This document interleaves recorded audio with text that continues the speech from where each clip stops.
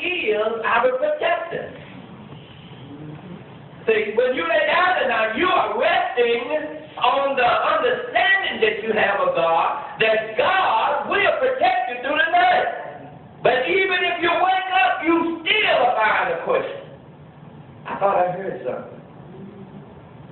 It's human nature. God did not take the fear out of us, but He gave us the Holy Ghost that we could rest in Him well enough that if something happens, that we won't become totally frantic about what may take place. It's possible that your life may be threatened, but God is still a protector. It's possible that you may look down the barrel of a gun, but it's possible that God will protect you. He is there. He's available. All God wants is for us to rest in Him, rest in Him. Thank the God, today and the hour we live, we need to rest in God. Yes. Amen.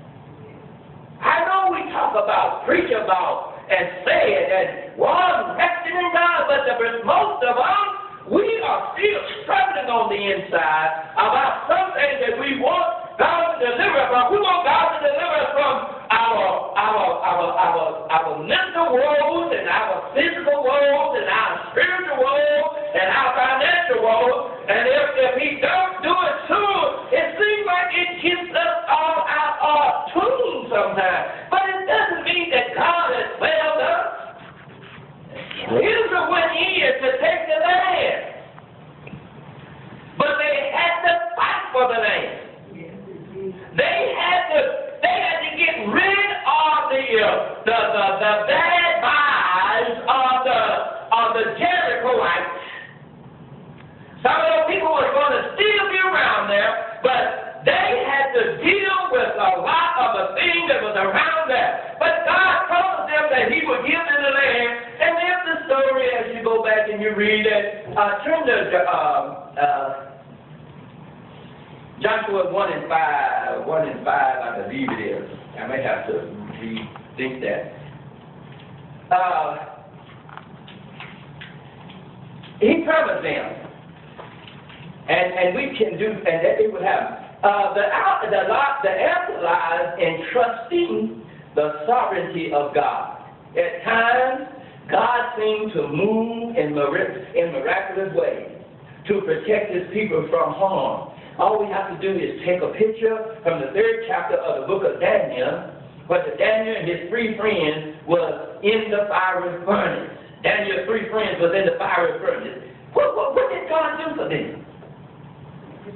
We read it, but do we really see that is no situation that God cannot or will not involve Himself in? When we, as His people, will honor Him, they committed that we will not bow to the image or kiss or love or honor the King. Their life was at stake. Are you willing to lay down your life for the cause? Brothers and sisters, this is a serious matter in this religious time that we live in. This is some serious matters here. We got a lot of folks sometimes that we're listening to, and a lot of times we're trying to draw out a conclusion on what they say, and because they have a theologian a degree, or they done made themselves some great name by what they preach and teach, and somebody that either done got healed or something, and yet it's still, they're not offering salvation to the individual. They just offering hope to the individual, but not hope to be able to live forever.